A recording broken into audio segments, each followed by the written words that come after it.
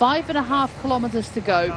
We're making our way to the final 2 kilometers, which is uphill up to a gradient of about 7%. And crucially for those final 3 kilometers or so, everybody knows what they're like. They've been through there on 2 occasions.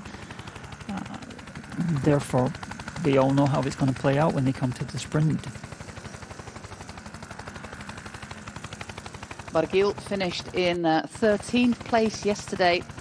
Bastien Tronchon didn't race yesterday, so maybe he's got the freshest legs. We know that Ayuso won, Schelmoser was 3rd, Van Giels was 5th, and Mark Hirschi finished in 24th place. So 5 of these riders raced yesterday. The only one who didn't was Bastien Tronchon.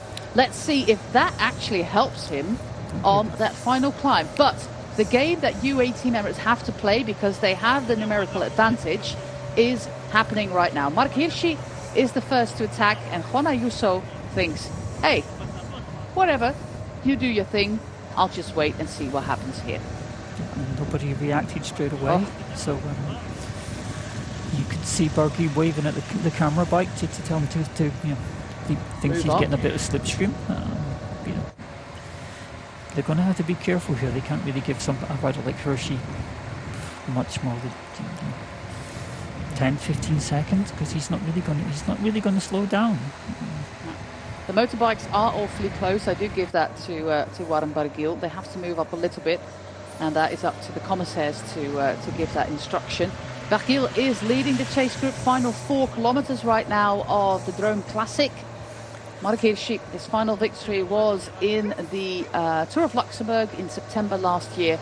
Always a wonderful race to watch, with beautiful scenery, beautiful landscapes, and punchy climbs like we had today.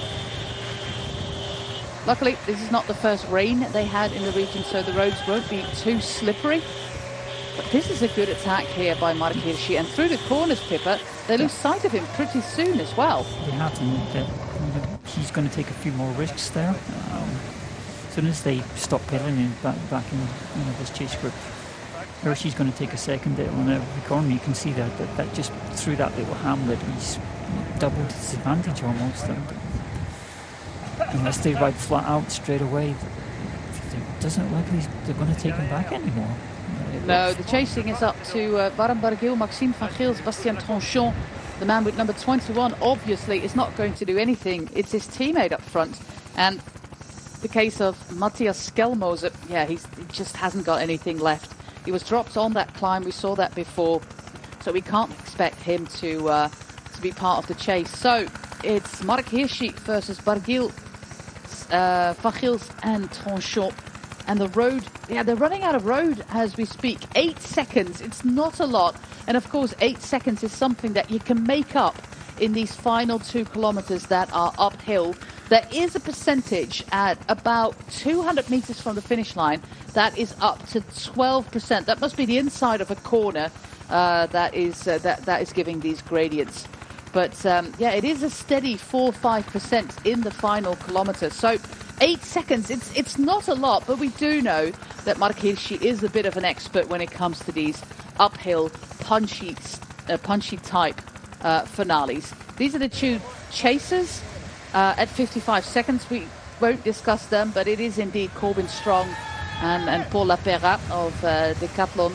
But this man is in the lead. He is fighting 3 riders who are chasing, and these 3 riders, Pippa, they will be thinking, okay, if I do all the work, I'm not going to win the bike race either. Exactly, and they're going to take less risks on these corners because now that Hirschi's out of sight, it becomes more difficult for them to commit fully to the corner, because if they fall off, they're going to lose any kind of chance of the podium. So for Hirschi, it's looking good.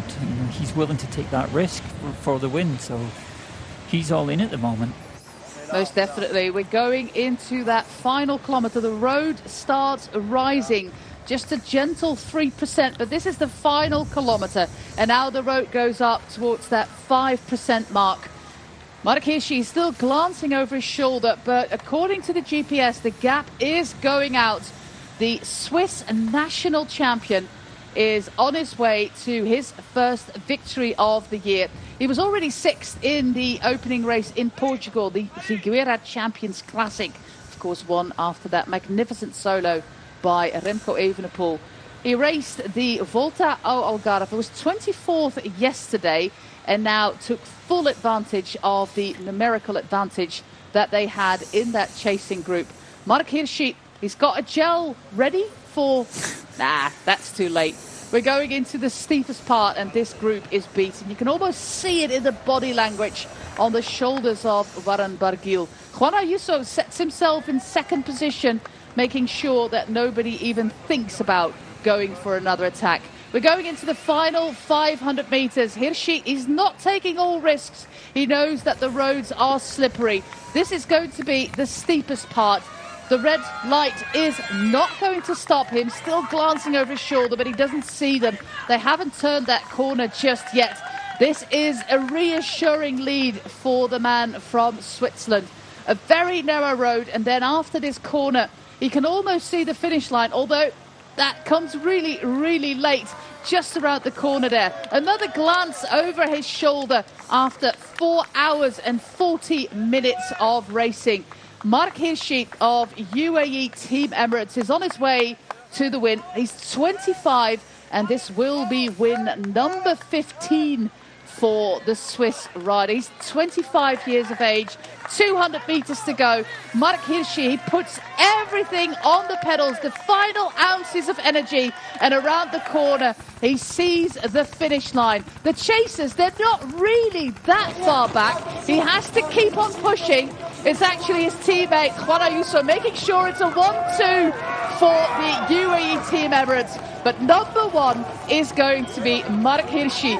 He knows it, he has it, the first win of the year, and a nice 2nd place for his teammate, Juan Ayuso. 1-2 for Team Emirates. Maxime van Gils in 3rd place.